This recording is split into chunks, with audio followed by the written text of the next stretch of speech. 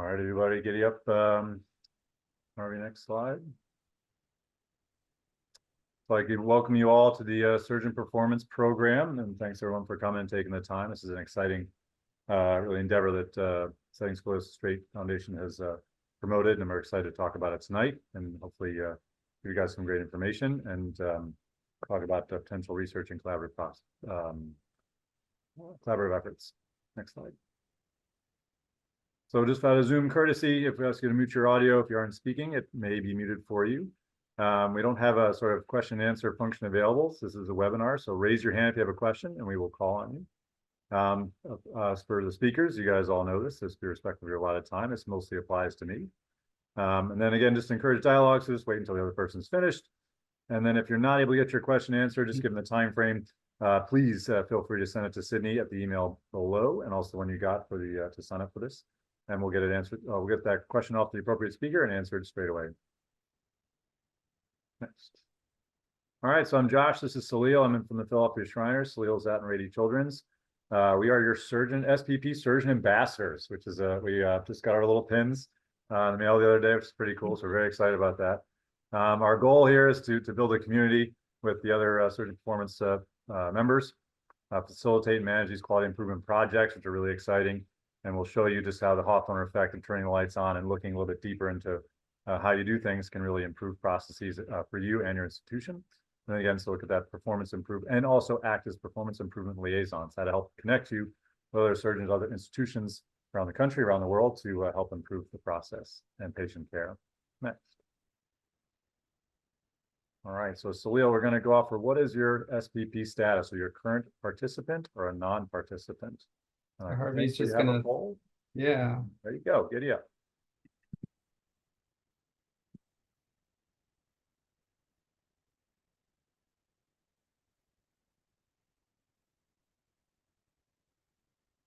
We'll just give people a few seconds to get that answered, and Harvey will share the results with us.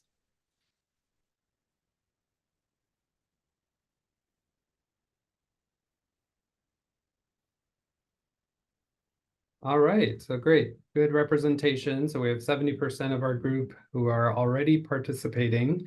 For the 30% that are new to SPP, I'm just going to give a few slides of introduction.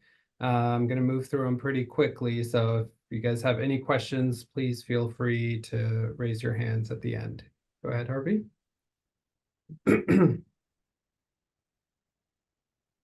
So what is SPP? Next slide. So it started out as basically a quality improvement program focused on adolescent idiopathic scoliosis. We had sent out surveys to the SRS and POSNA, and a large part of those societies were very interested in tracking performance, specifically for AIS surgery. And so we developed these quality improvement variables based on the data that we were collecting in the HARM study group AIS database. If you go to the next slide, you can see that on evaluation of these variables over 8 years, including data from 9 surgeons and almost 1,400 patients, there was a clear improvement in outcomes in terms of OR time, length of hospitalization, and estimated blood loss. And kind of the most interesting feature was that the standard deviations continued to get better and better over that 8-year period, so from 2011 to 2018. So next slide.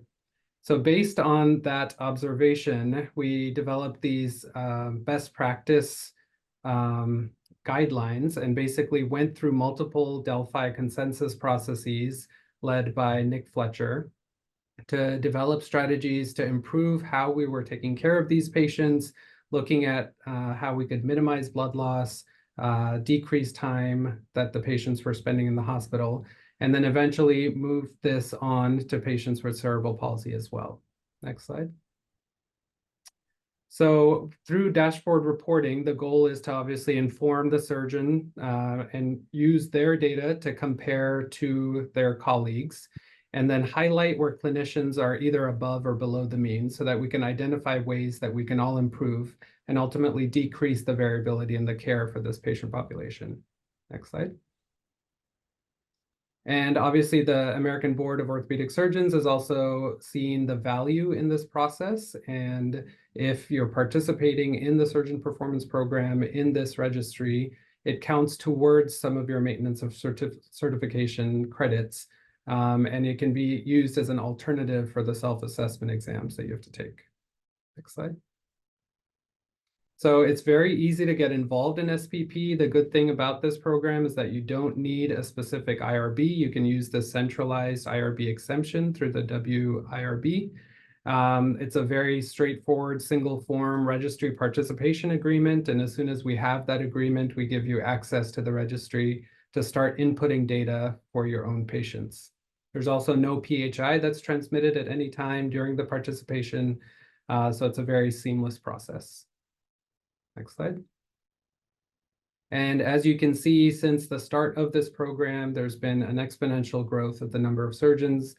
So 210 participants as of 2023, which we're very excited about. And the goal on the next slide is to try to get, so here's this representation of the different states where surgeons are participating from. Sorry, Harvey, you can go to that next slide. And then the one after this shows all the different countries that are participating in the SPP program at this time. I think there's a little delay on the slides, but you can see good representation throughout the world. And then next slide. So currently we have modules specific for idiopathic scoliosis, as well as tracking tether outcomes for spondylolisthesis patients, as well as neuromuscular scoliosis fusions. Next slide. And the goal is to get all pediatric spine surgeons participating by the end of 2025. And fortunately, we've had some funding through Medtronic to support free access to this database. But please note that it is for a limited time, so the sooner we can get surgeons signed up, the better. And of course, all the comparative cohort data is supported by these other companies, Diffuse Synthes, Stryker, as well as NuVasive. Next slide. So Josh is going to give a quick update on the current participants. All right, thank you, Salil. So we got a lot of great information on truly a wealth of information that you guys have at your fingertips, which is great if you've participated in SPP thus far. Also to show you the power of this database. So currently, the SPP has about almost 10,000 AIS fusion patients enrolled, over 50 tether patients, and over 500 neuromuscular patients. So at your fingertips, you have about 20,000 potential patients to check out QI projects with, which is really unparalleled. Next slide. So again, we talked about building this community by with these shared learning events. So we'd like to have this sort of biannual participant engagement forums like this, but we're sort of moving forward, which is great. So we've moved on from the pandemic of a couple online, but then really excited to talk about our in-person SPP dinner meeting, which will be Thursday, March 6th at the Wynn Hotel in Las Vegas. This is in advance to the Cutting Edge course, which you've never been to. It is a phenomenal course, which is led by a lot of the leaders in the field with sort of American Gladiators approach, where they debate all the different topics out there in spinal deformity, with or without the spandex. I have not checked on that yet as far as what it goes. But anyway, so I would highlight that. Please attend that. There'll be a great forum to discuss in person with the other SPP members, as well as the Cutting Edge course faculty. Next slide. So the SPP Quality Improvement Project process, what is this all about? So you've been dumping all your data into this. And again, we talked about the Hawthorne effect earlier, where just by turning the lights on and looking at how things go can really help improve one's own metrics and also at your institution. So if you have a project idea for quality improvement, you want to submit that to the SPP program. You'll get a link provided once you identify the project lead. And then the team at the SPP, Salil, myself, and the rest of the team will sort of review it to make sure it's something feasible. We'll also make sure that it is a quality improvement project and not research, which we'll sort of talk about in a second. But also just to make sure we're not duplicating efforts, so we're not having two different people or two different groups working on the same thing. And then the execution. So you'll get local IRB approval for this. Usually it's an exemption if it's a QI project, but just at least touch base with your local IRB team. And then the data analysis is actually performed centrally at the SPP, so you're not going to get the raw data. The SPP team will evaluate that data, analyze it, and then you get a whole summary sent to you to prepare the abstract and the manuscript generation. So it's pretty great to sort of plug and chug. Everything comes back to you already done, which is impressive. First time I ever had this for myself when I was in the harm study group, I almost cried because I didn't have to measure anything myself. I didn't have to do the stats myself. It just came on a platter, and it was quite a moment. But anyway, I'm a nerd. Next slide, please. So what's the difference between research and QI? I still kind of get this a little bit screwed up, but for the most part, human subject research, its purpose is to contribute to generalizable knowledge. These are like to establish protocols, like how does this patient do, what's treatment is better? Do you go to L3 or L4 based on this specific data?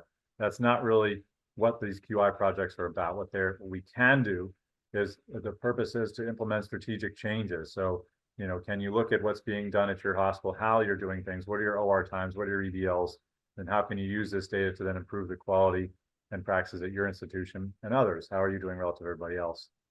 While the IRB does need to be contact your local institution, it usually is an exemption, but just their exemption is usually the case, but definitely needs to go through IRB review first.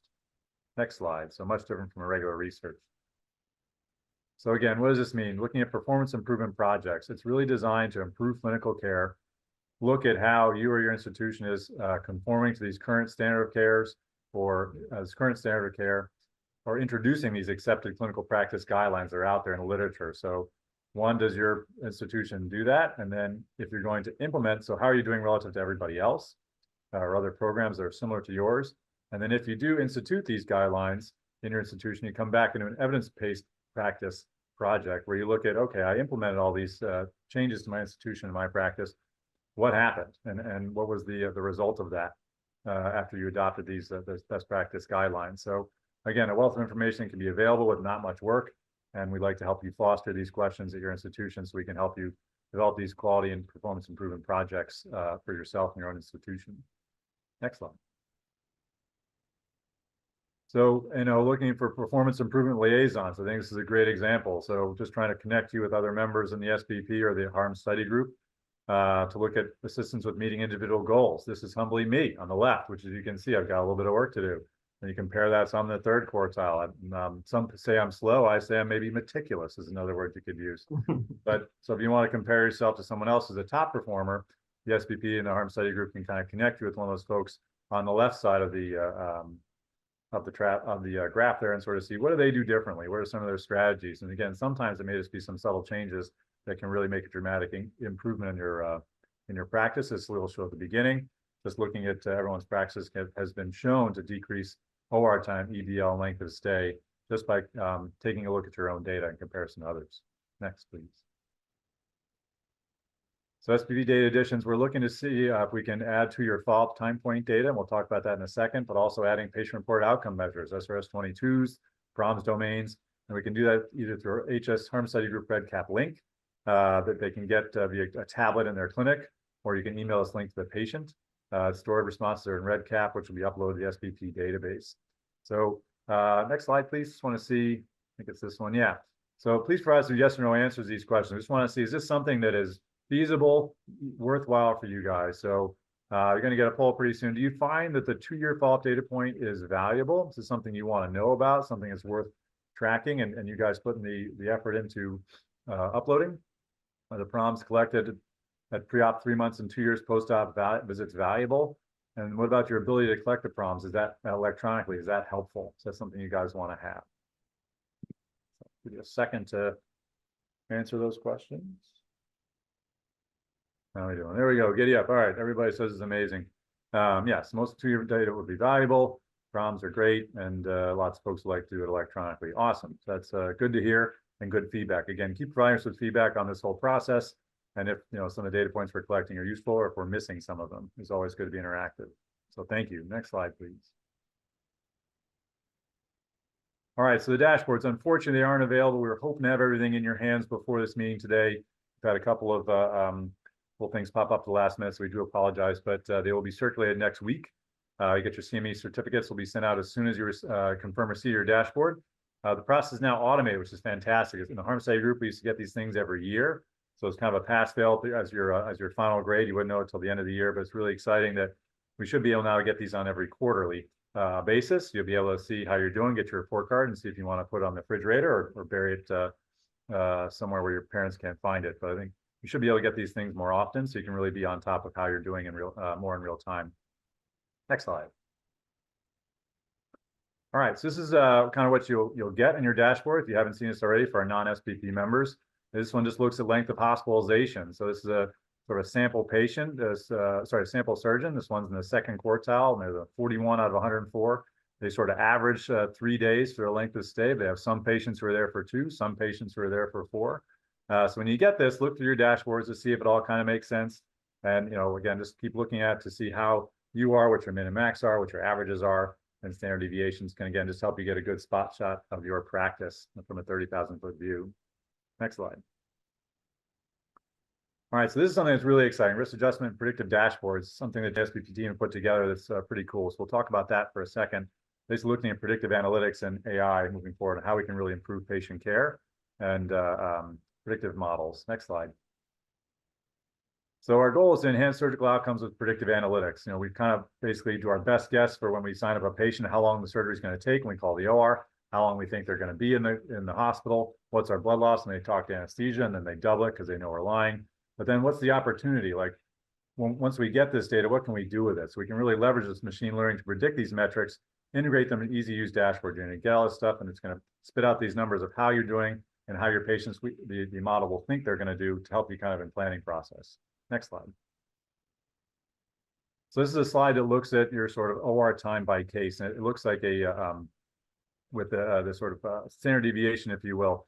And what it is you're going to put in all your data points and all these things that you've had for your patients beforehand. So based on your previous experience and your previous patients, then you're going to plug in your upcoming patients, and they're going to show you where they think it's going to be, and then it's going to plot this out. So if you look at the third one on that OR time by case, it's in red. So the model predicted that case should last somewhere between 200 and 225 minutes, but the case took you 241 minutes. So that was below your expectations. But similarly, the second case on the left, the computer thought it would take you 250 minutes, and it took you 167 minutes. So it's looking at these predictive models of all this input, all this data that you import into your your patient data you import, and looking at what it's going to predict that it will do for you. And then that allows you to then look at when were the days that you exceeded your expectations, and when were the days that you did not meet them.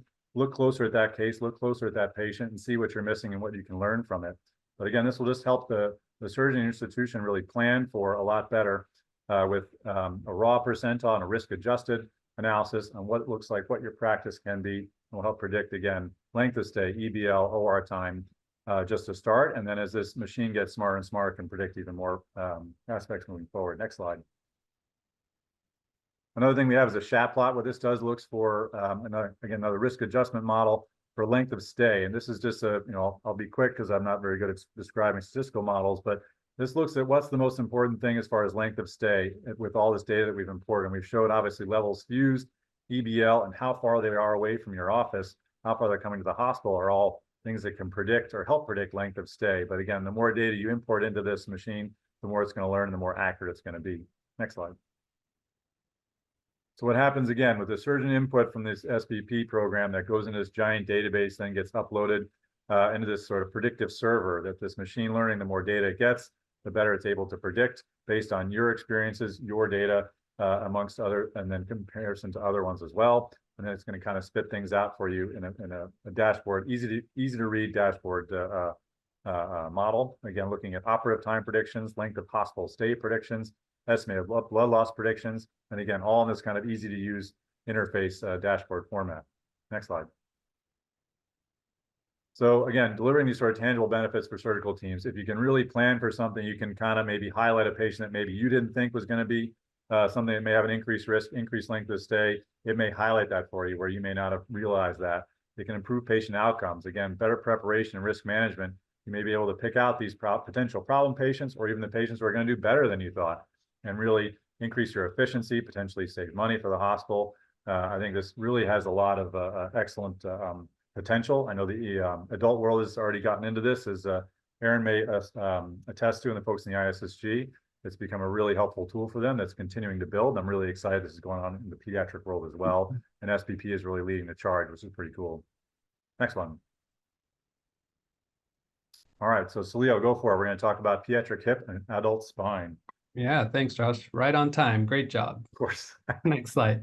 Yeah, so with all this exponential increase in the number of surgeons that are involved in the SPP, we've gotten requests to add other modules to the database. And one of the first ones that we're going to be adding is a hip preservation module. So we've set up, these are just some screenshots from some of the pre-op, intra-op, and post-op data that we're going to be collecting on patients undergoing hip preservation surgery. So either with periacetabular osteotomies or hip arthroscopy. And the goal is going to be to have a group of patients to compare to. So we'll reach out to some of the study groups that are already collecting lots of data on these patients. And then similar to some of the data that's been presented for AIS, Spondy, and CP spine, we're going to have a nice cohort to compare your performance to. And then Aaron Buckland, if we go to the next slide, please, has worked really hard with the Spine and Scoliosis Research Associates in Australia to work on an adult degen spine module. And we have a quick video from Aaron to talk a little bit about what he's been working on. Hi, welcome. I'm Aaron Buckland. I'm an orthopedic spinal surgeon, both adult and pediatric, from Melbourne all the way down in Australia. I've been a member of the Harms Group study group now for more than 5 years, and certainly the Surgeon Performance Program to me was an excellent platform for us to get feedback on how we're performing, not at a local level, but dashboard ourselves against our peers. And to me, it makes perfect sense that we should be doing this in the adult surgery world, and for many reasons. I suppose when I look back on how we assess performance, we're always scarred by our poor performance, and we often don't remember the patients that did well because we haven't spent as much time with them, we haven't had to deal with all the problems. And also what we see in the adult world is a lot of different ways of doing the same thing. While I feel that in pediatrics, mostly people are doing posterior spinal fusions and know which COBs to correct, in the adult world, we can approach it from multiple approaches: lateral, anterior, posterior, a combination of these. Do we do one verse, two level? And often we don't actually know our follow-up rates because due to patients migrating, falling out of insurances, 1 or 2 years later, we may not even see them. If you then have a look at how we assess the success of our surgeries, we're very inefficient in information delivery. Currently, if you want to perform a study, you have all the barriers to IRB approval, to collecting the data and the high cost of employing people to do so. We then wait for peer review, and depending on who the reviewer is, it may or may not get through on the second, third, or the fourth count. And a year later, it might be in print. Whereas we have some opportunities to share de-identified data, learn from one another, and actually help that knowledge sharing process be much more effective with much higher data samples, and therefore give real-time feedback as to how you're performing, but also how a procedure is performing in a larger population. So to lead with this, we thought that it's probably better just to look at a homogeneous group of patients and something that's very common. And so we felt that decompressions, either 1 or 2 level, or lumbar fusions, primary only, 1 or 2 level, might be the best place to start, because this would actually identify about 80% of the surgical volumes in the adult world. But also, we're not mixing and matching a bunch of difficult variables that are much more challenging to know what part they have in the outcome of a patient. I think to start, an adult deformity is very complex because it's so heterogeneous in the disease, it's so heterogeneous in the procedure performed. And so to try and assess all these outcomes, you just need huge volumes of patients, which we may not get for a long time. So primary lumbar fusion, primary lumbar decompression, 1 or 2 levels seem to be the optimal patients to start this on. The next step is ensuring that we have the appropriate standard of care that is most people's standard of care. We appreciate everyone's different. This can be regional, this can be cultural, this can be insurance limiting this as well.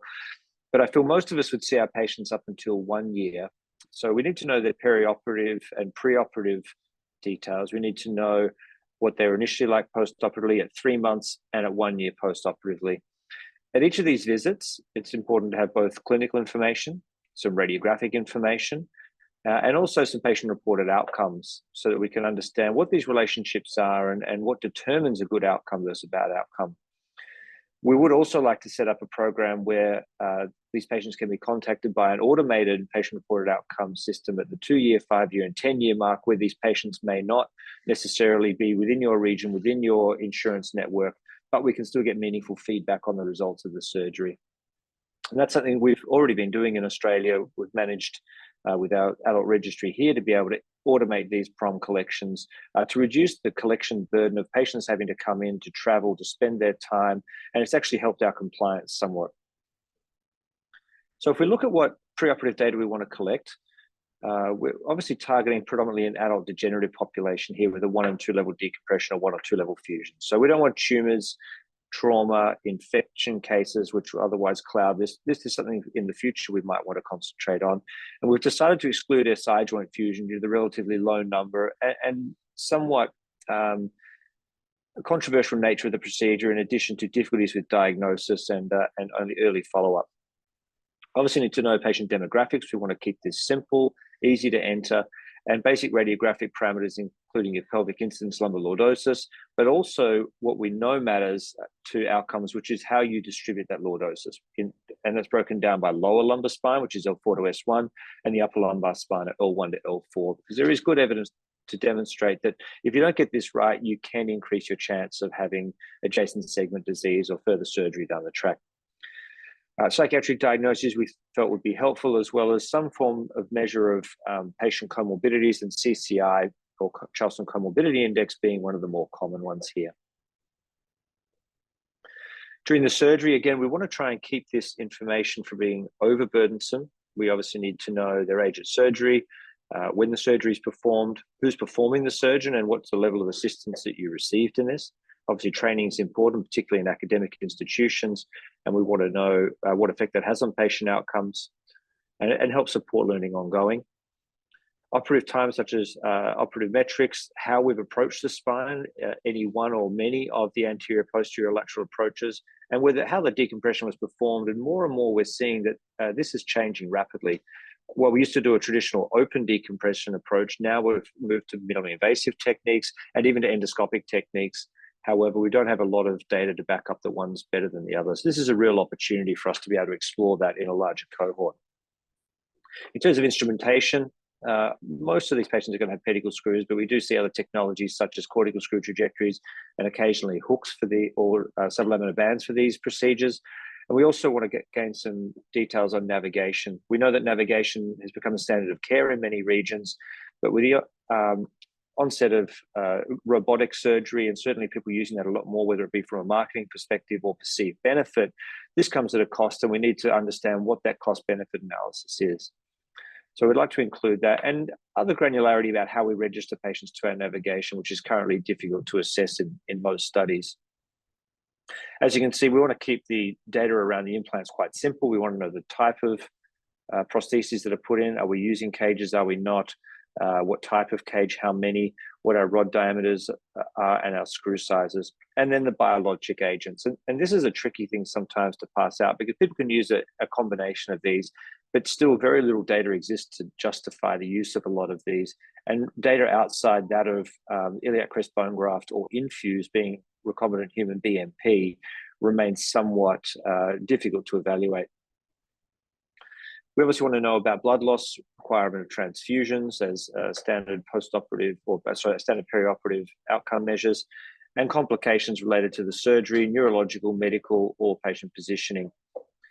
Neuromonitoring varies on a worldwide scale as per standard of care. Certainly I can speak to Australia where it's not standard of care versus the parts of the United States where you don't start a procedure or you're instrumenting unless they have all the needles in. So to understand what that cost-benefit analysis is, I think is important. And we have an opportunity here to actually demonstrate this with a program such as the Surgeon Performance Program. We also want to know about our perioperative complications in hospital, and particularly the complications which actually affect outcome, delayed discharge, or required intervention. And this would be akin to a Clavien-Dindo classification, rank 3 through 5, because these actually change outcome. Whereas simple things like electrolyte imbalance, maybe simple pressure areas that don't require any treatment, there's a little bit of redness, don't really change patient outcomes. And therefore, we think we don't want to make too much of a burden in terms of the data we collect. In our follow-up visits, we want to know about complications, particularly post-operative radiographic data. As we know, this can change with things like subsidence of cages and loss of correction and adjacent segment disease. And the patient-reported outcomes are going to be vital to us. going forward to make sure that what we do not only produces a pretty X-ray, but also benefits patients and has longevity. So I'll open up the floor to any discussion or feedback we may have. We really welcome any suggestions. We want to make sure this works for surgeons, not the researchers, and that we can all feel that we can share our data confidently and actually not only obtain feedback about our own performance, but maybe change practice for the better going forward by learning from one another. Thank you.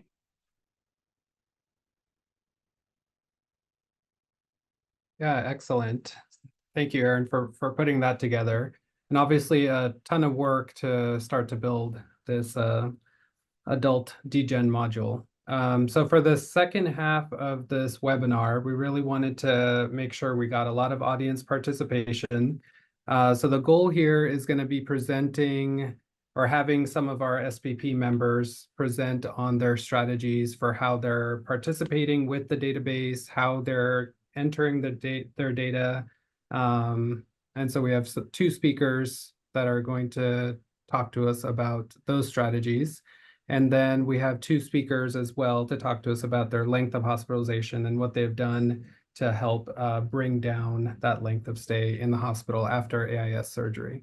So why don't we get started, Josh, with the first half? Yep, here we go. We got Dom Tuason going to tell us a little bit about his experiences. He sort of uploads his own information, and then we're going to have another kind of take on it from Rob Murphy. Dom, as you'll see, is one of our buddies up here on the right coast and has now moved his way up to Yale. So he's very impressive. He's got the leather patches on his elbows now. But no, Dom's been a great friend and partner with us. And Dom, take it away. Tell us about your experiences and how you've done with the importing patients into SPP and how it's helped you in your practice. Thanks a lot, Josh. I appreciate the invite and the opportunity to share some of my experience with SPP. Harvey, next slide, please. And so just a little bit about myself. By way of University of Pittsburgh, after residency, I went to the Scottish Rite Hospital for Children in Dallas, and then was actually in a private practice model at Robert Wood Johnson, where I started participating in the Surgeon Performance Program. So this is an easy program to participate in, whether you're in an academic center like Yale, where I am currently at, or a private practice person like I was for the first half of my career. Now I'm up to 12, almost to 13 years of practice as a pediatric orthopedic and spine surgeon. And for half of my career, I've been participating in the Surgeon Performance Program. Next slide. What I find beneficial about the Surgeon Performance Program and why I joined, I think very much like many of the people on this call, if not all of the people on this call, I believe strongly in the idea of attaining peak performance and the relentless pursuit of getting better and working towards perfection.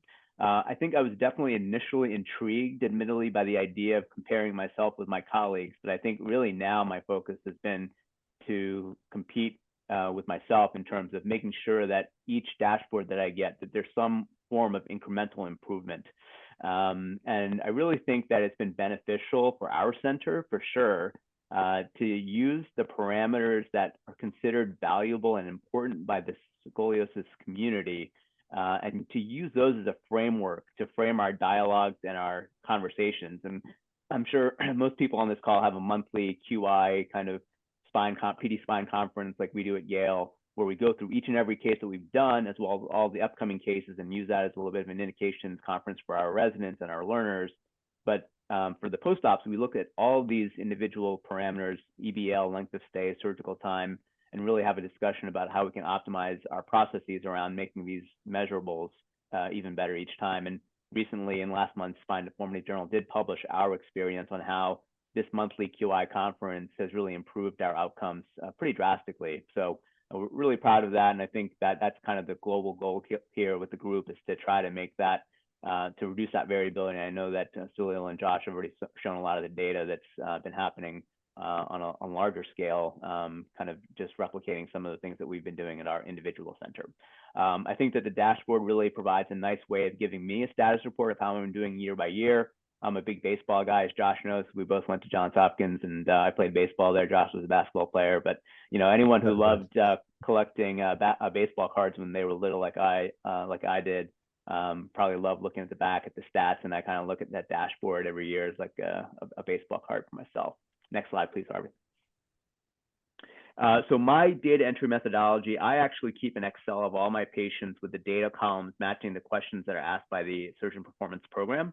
And I have a few other kind of columns, like patient reported outcomes that I keep, and I kind of carry this around in clinic just to keep it all in real time.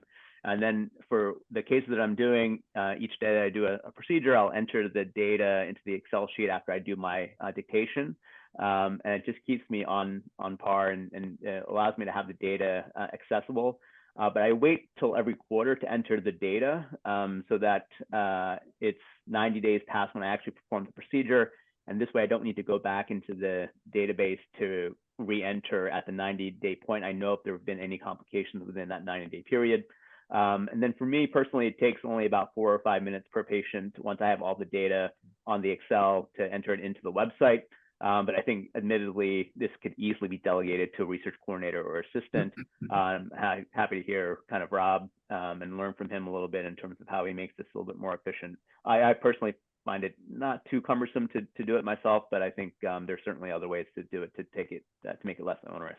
So that's basically all I have on my end. I'm happy to take questions whenever there is time for questions later on during the forum. Great job. And I think it's really important to highlight that you took your QI project and you published it. It wasn't just something that you had looked at your institution and, bettered yourself, your institution, but you're able to publish it. So it's not just something that you can look at internally, but really share it with the rest of the community. So I think that's really important to highlight. Just in the interest of time, we'll go to Rob. And if we have a minute after that, we may ask, I've got a couple of questions for you guys. Rob Murphy. So again, Dom, you've been importing these yourself and really appreciate that it only takes a few minutes to do it. I found the same myself when I import my own patients. Rob, you want to share your experience with us? This is Rob from MUSC. Yeah, Rob Murphy, Medical Emergency South Carolina in Charleston. When I meet people and talk to them, I consider myself the voice of the average Joe. So I am not a super high volume spine surgeon. I love spine deformity, but I also see foot pain. I see back pain. I see sports medicine. And so for your average Joe, peds ortho or peds spine that wants to get involved in the SPP, I think it really is doable.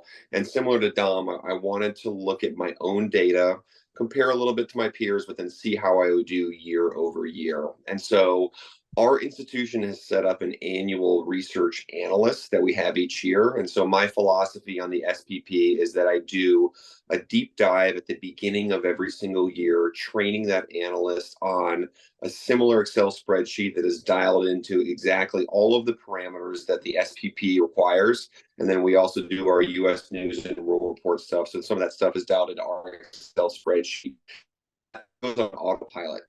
So I spend some time with the analysts at the beginning of the year, really investing in them, making sure they feel comfortable, looking at measuring the radiographs, understanding some of the classification, and then it's a sort of emerald set it and forget it, if you will, meaning that I don't check their work all that often until we batch it quarterly. And so similar to Dom, I will do every 3-month data batch, if you will, that makes it easy on the analyst. They come to me once every quarter with questions, and then that allows us to put the data in a reasonably consistent format so that we can get that live feedback as the reports get spat back to us. So I have really enjoyed it, and I will say there is some altruism in wanting to get better, but for those of us that are in the ABOS world, this was an incredibly easy way for me to get my my credits for my recertification. So I never retook the OIT. I didn't do any questions. I didn't pay for anything else. This incredible free resource allowed me to improve my spine practice, understand where I was in some of those important variables, and just sort of motor along with the ABOS. So I'll keep my section short, plenty of time for Q&A, but it is definitely doable for your average Joes out there that are looking to kind of be a part of this. It requires a little bit of investment, but I think the reward is just absolutely remarkable. Thank you, Rob. I agree. The first time I was able to get the SAE credit, that was amazing. So it's nothing else for that. But I will ask you both real quick, and just maybe 30 seconds each to stay on time. Just briefly, we'll start with you, Dom, and then same question from you, Rob. What was the thing you noticed the most when your first dashboards you got back? Like, what really opened your eyes, changed your practice in the beginning that you didn't realize, either for the good or for bad? Dom, and then Rob. Just when you got your first couple of dashboards. How did you use that? What was surprising to you in a good and a bad way? Yeah, Josh, I think like you, I was humbled by my surgery time. And, I think that there's definitely going to be some variability there with regard to the level of training of a first assist. I think that was what I was finding when I did a deeper dive. And then it just made me actually invest more time with the younger learners beforehand so that they kind of knew what to expect. And it actually, I think, helped. I can't really study this per se, but I think it helped reduce the variability when I did decide to actually take more time before we actually were in the arena to prepare them for what they were up against when doing the right hand of a spine with me. I love it. So even channeling it towards education, trainee education. Great. Rob, same question. What was your first couple impressions from your initial dashboard? Good, bad? How did it change? So mine was blood loss. You think you're pretty good when you come out and you come from a big name fellowship, and then you see your EBL is a reasonable amount higher than your peers. And so I chose to dial back my surgical time and be a little bit more consistent and a little bit more meticulous, as you alluded to, and a little bit more intentional about my dissection. And I found that not trying to look cool and rush and be fast, I got my blood loss down significantly by just managing a few variables. And so that was my Hawthorne effect, was slow down, be intentional. The speed will come later, but the safety and the EBL was the first for me. Great. I think that's a great advertisement for this program. Really can immediate impact. It can have an immediate impact when you look at your data. Thank you guys. Great job. Let's move on to the length of hospitalization. So Leo. Perfect. Thank you so much. Thanks so much for your input, guys. There's, we could spend so much more time talking to you about all of your lessons learned, but unfortunately we do have to keep moving on. So for length of hospitalization, people have been dabbling with outpatient AIS surgery, which is always interesting and intriguing, but in general, I think people are decreasing their hospital stay somewhere to around the 2-day time point. But we have some standouts, and we wanted to invite Michael Pawlowski and Dave Skaggs to talk about their practices and how they've been able to kind of optimize their treatment in the postoperative period for AIS patients. So Michael unfortunately couldn't join us in person, but he has recorded a video for us. So Harvey, if we could play that. Good evening to all the Setting Scoliosis Straight participants tonight. My name is Michael Pawlowski. I'm a pediatric orthopedic surgeon here in Charlotte, North Carolina at Ortho Carolina, and I've been in practice 12 years.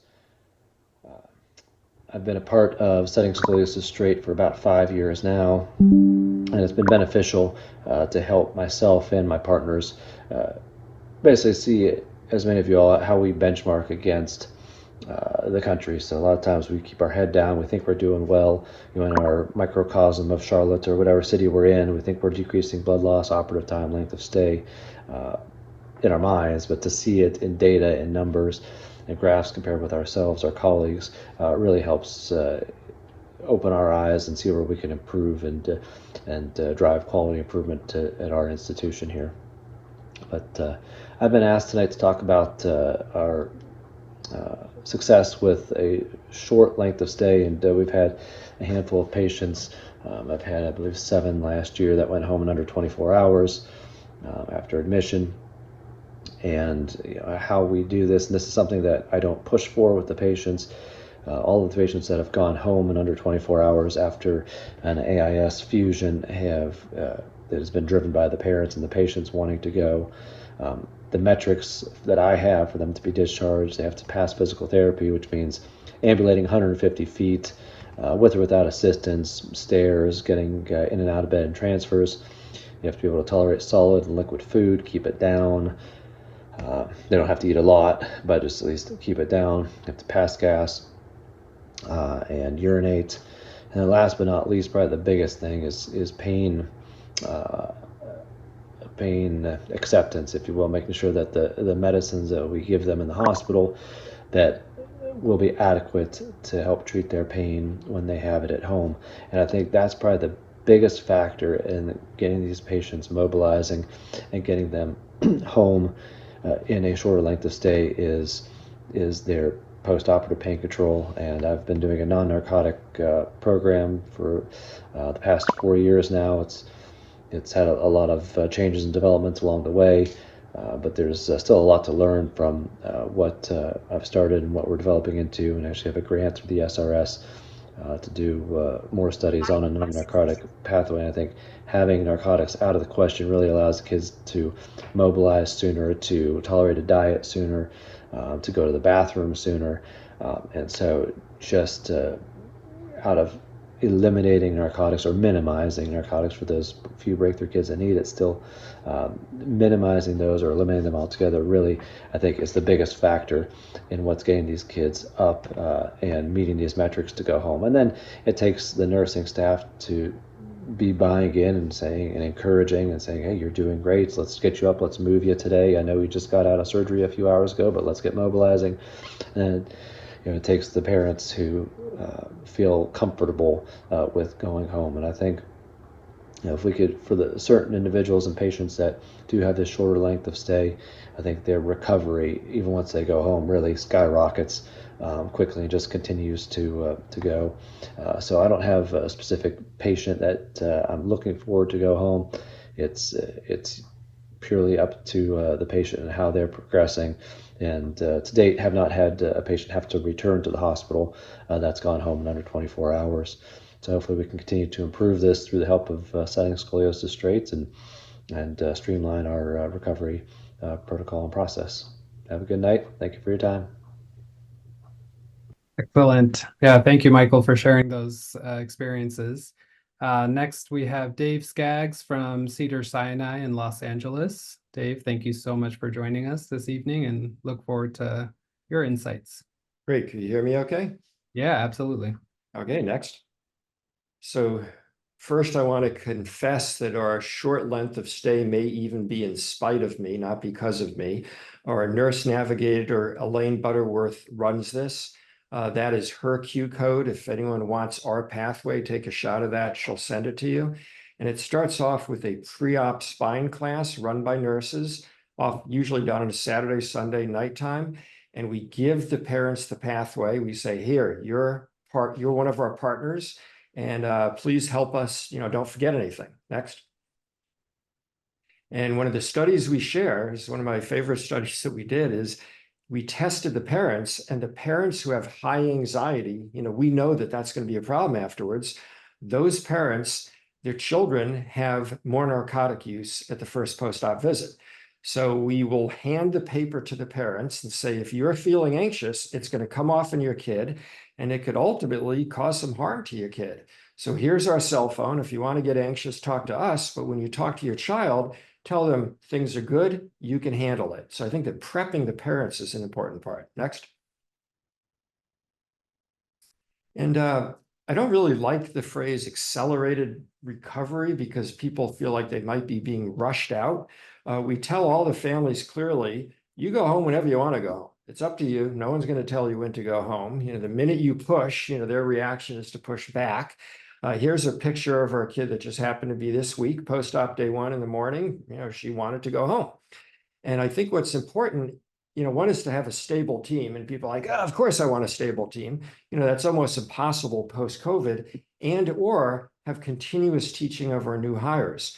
So our nurse navigator on a regular basis goes to the floor, goes to the ICU, and teaches all the new nurses, hey, this is how we do it.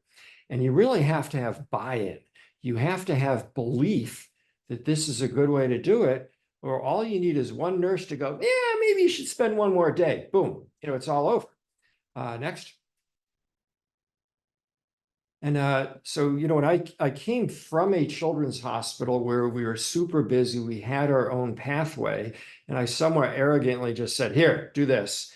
And it turns out that, people at Cedars like, well, hold on, we want the safety team to look at it. We want to search the literature. You want the pain team to look. And a lot of people put efforts into this and came up with things I didn't think about. For one example is giving a low dose Narcan drip. All of a sudden you decrease the side effects of morphine. There's less itching, less constipation, less nausea. One of the other things we do differently is we now have a PT and an OT each see the patient at least once a day, if not twice. And they get them out of bed, do exercises with their shoulders and neck. Like, whoever thought of that? I never would have. Teach them how to dress independently. So all these little things are being paid attention to. It was certainly, below my level of noticing. So I think that, it's kind of commonplace to say team approach now, but it's certainly true. Next. However, I don't want to let us off the hook. I do think that there's things we could do as surgeons that can improve length of stay. Our current pediatric spine fellow did a NISQIP database search of 23,000 patients and found that for each operative hour, the length of stay is associated with a 0.3-day increase, and an allogenic transfusion is associated with 1.2 days of increase. And this is all in a homogeneous posterior spinal fusion AIS. So, you know, don't let ourselves off the hook. I think it's most important to have a pathway, have everyone on board. But I think that if we're dilly-dallying in the OR and losing blood needlessly, like maybe running 2 rooms or not being the one there doing the incision and helping with the dissection, you know, we could help with this. And I think that's it. And my nurse navigator, Elaine, is on the call. If you have any comments, speak up, or if anyone has any questions, I'm scared I won't know the answer. She will. Thanks, Dave. I think this slide is tremendous too. If anyone wants to take a screenshot of this one, it really boils down the pathway really nicely. So thank you for putting it together. Yeah, just email me. Yeah, that's Okay. small. I could hardly read it. Yeah, perfect. Perfect. Thank you. Thank you so much. I can open it up to questions for anyone. I think both Mike and Dave, I think you kind of had similar concepts of leaving it in the patient's hands, but setting appropriate expectations and letting them know that, you know, they're not being rushed home, but that's a very reasonable time. They've met all the expectations to be able to leave the hospital safely. Who were the first patients that you did this with, or how was this transition? So, you know, what was fascinating for me, I was at a children's hospital. We were super busy. Our average length of stay was 3.5 days. Very quickly after coming here with a new pathway and honestly, just a whole bunch more resources, all of a sudden the length of stay just dropped. We didn't try to make it drop. We didn't try to tell anyone to do anything differently. It just did. And I love telling families like, hey, no one ever got a hospital-acquired infection at home. Like, how cool is it to be in your own bed and not have people give you bells and whistles and needles? Yeah. And the patients who have had surgery at each place, because, you know, there's a lot of families where more than one child have surgery, everybody prefers it at my current location, and the length of stay is so much less. So no one's feeling kicked out or rushed. Yeah, absolutely. Those are great points. Thank you. I think we'll keep going. We just have 5 more minutes, a few more things to touch on. So Josh, if you want to run with these severe adverse events. Yep, we'll just appropriately close it out with me talking about my severe adverse events that we have. So do that next slide, please. All right, so these are some of the reported complications from 22 to 23. You can see they're broken up as intraoperative and perioperative, again, that 90-day window. And again, just as Aaron Buckland was talking about in the adult population, really just looking for the serious adverse events, not the sort of potential ones that really don't impact dramatically patient outcomes. As you can see, intraoperatively, the majority of them were neurologics, neuromonitoring changes, some medical and some implant-related ones. About 25 of those for that academic year.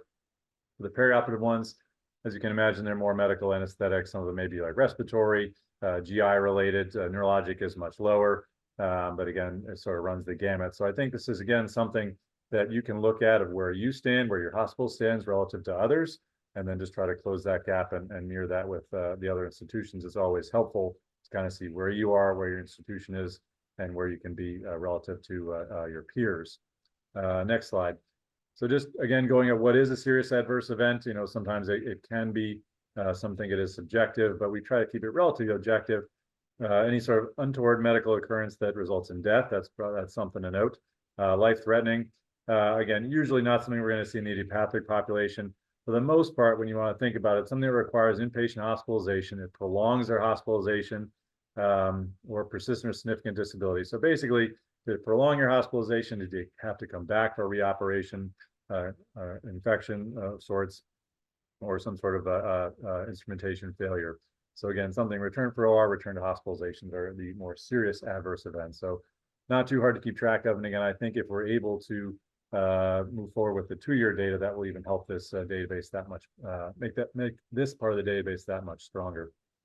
All right, next slide. I think we've got yeah, so amazing. Strong work to everybody for finishing on time. Celia, you want to close us out? Yeah, I mean, if anyone has questions, please feel free to raise your hands. I just wanted to take a moment to recognize Sydney Barnes, who's, the manager of this program, and all her tremendous efforts to organize this slide deck and bring Josh and me kicking and screaming along to to help out. So this is great, as well as Harvey and Michelle from Setting Scoliosis Straight, who obviously have done a tremendous amount of work to organize this entire program. So thank you, everyone. Anybody have questions? Anything we can go through? Otherwise, we really encourage the 30% of you that are new to SPP to please join the program. You've seen the benefits from active participants, and speaking for myself, there's definitely a ton that you can learn, not only from all your colleagues, but also on how to continue to improve yourself. So really encourage you to participate, encourage you to come to our in-person event. I think Josh might not have made totally clear that it is only available and open to SPP participants. So if you want to have fun with us in Vegas, please join the program, and we would be happy to spend that evening with you. Again, there we're going to be sharing other best practices and how to continue to improve in our care of these pediatric patients. So thank you all. It doesn't look like there's any active questions, but please feel free to email Josh, myself, or Sydney, and we will address any questions that you might have. Thank you so much for joining us. We're going to end 2 minutes early. Congratulations, everyone. Strong work, everybody. Thanks for your Yeah. time. Thank you for coming. Thank you so much. Good Have a job, great